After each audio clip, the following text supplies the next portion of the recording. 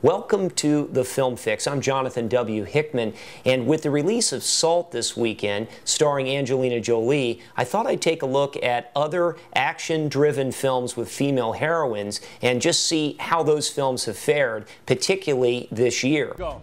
Second floor. Isolating ceiling.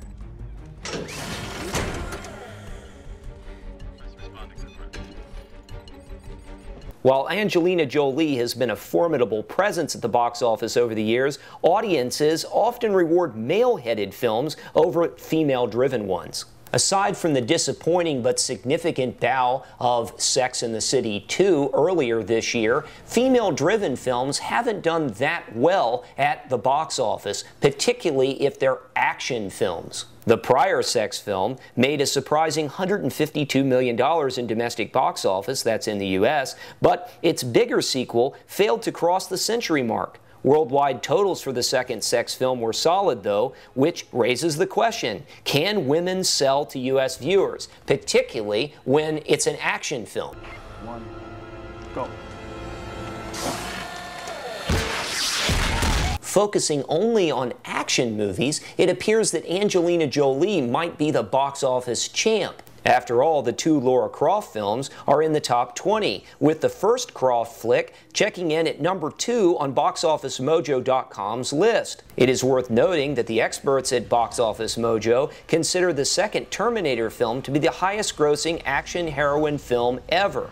But if the Mojo list included Mr. and Mrs. Smith and Wanted, there would not be an argument that Jolie rules her gender. There are others that would like to take a swipe at the title. Mila Jovovich has been very successful with the Resident Evil films. Although the budget numbers are not clear on the Resident Evil franchise, the video game adaptations, 3 movies over the last 8 years, have rung up almost $150 million domestically. And the fourth in the series, subtitled Afterlife, opens in September with the addition of 3D. With the 3D gimmick, it is possible that Afterlife could be the most profitable Resident Evil film ever. And the franchise's B-movie origins and campy approach could be perfectly suited for the 3-dimension format. And like Jolie, of course to a lesser extent, given the fact that Angelina Jolie has won the Oscar, Jovovich would like to be taken seriously from a critical perspective as well. Working with Luc Besson, who she collaborated with in The Fifth Element, Jovovich took on Joan of Arc, or a movie called The Messenger, the story of Joan of Arc. And unfortunately, she was really not up to the challenge. There are other actresses that could certainly make a run at the box office action queen title, namely Kate Beckinsale, whose Underworld and the sequel to Underworld both made significant amount of money at the box office.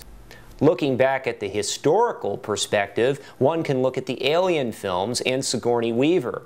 Alien, released in 1979, made some $80 million at the box office. Aliens, released in 1986, made some $85 million at the box office, and while the other 2 sequels, the third and the fourth film, didn't fare so well, both films did make money. Earlier this year, we saw the movie Kick-Ass. And in that movie, we had the actress that played Hit Girl, and nobody was tougher than Hit Girl, and that actress was Chloe Moretz, who we'll later this year see in the vampire remake Let Me In, the remake of the Swedish film Let the Right One In.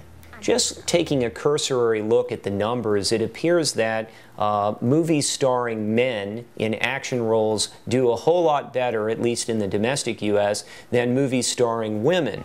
Maybe the reason why female heroines haven't sold well to U.S. audiences is based on Hollywood's resistance to commit fully to placing women in commercially viable and good movies. Remember that Salt was originally a vehicle for Tom Cruise and director Michael Mann, who were so successful with Collateral.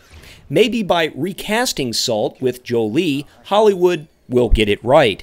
After all, the testosterone-infused A-Team flopped despite solid critical reaction and a built-in name recognition. Only by finding truly good action projects for women can the tired thriller adventure genre be reinvigorated. But when you have somebody like Angelina Jolie taking on, say, the role of Lara Croft or This Weekend in Salt, one would think that that would be an absolute winner at the box office. And it very well might. We're going to see how her pairing with Philip Noyce, the director that brought us things like Clear and Present Danger, we'll see how that pairing is going to work with the remake of the Swedish films, The Girl with the Dragon Tattoo and The Girl Who Played with Fire, and then, of course, the third one coming out later this year, The Girl Who Kicked the Hornet's Nest. I think you're going to see a rise of action films involving females finally going over the top and making the really big money. So I want to hear from you. I want you to tell me what you think is going on in the domestic box office, and let me know anything else you want to hear about or talk about at dailyfilmfix.com, where you can feed your movie addiction.